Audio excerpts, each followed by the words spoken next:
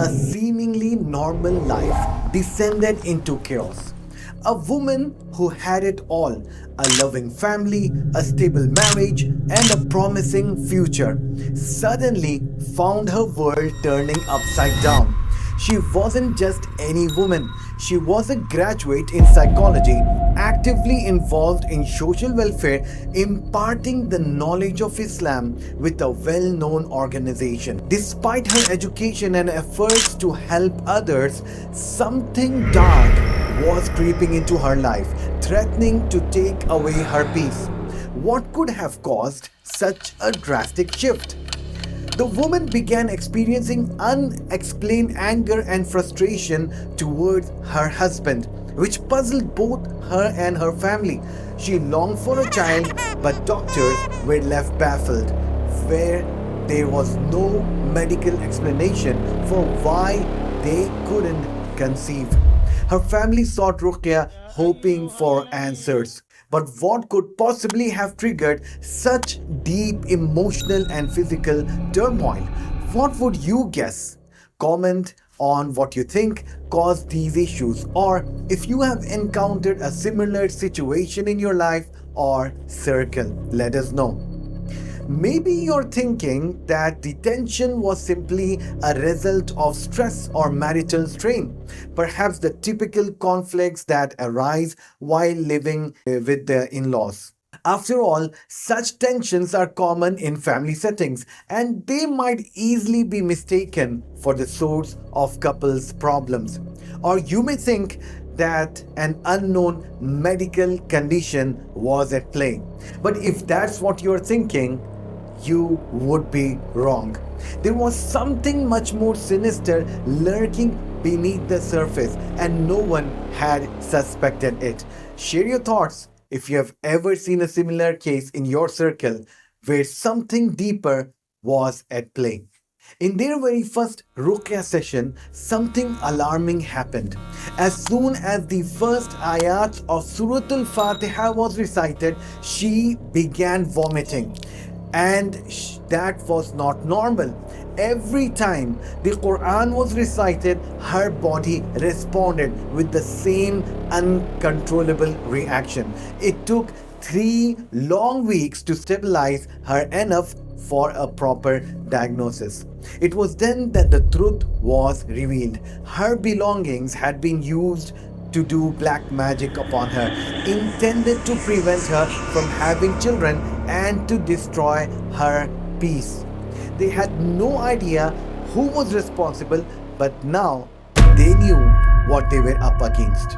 The couple's faith was tested once again when they decided to go for Umrah.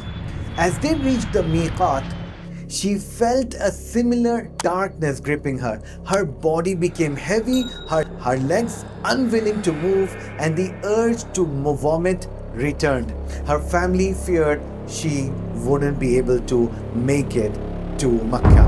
But she refused to back down, and she declared, "No one shall stop me from doing Umrah."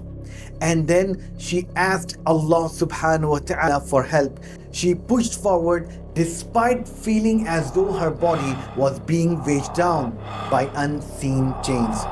Finally, as she pushed herself, she was able to reach to the haram.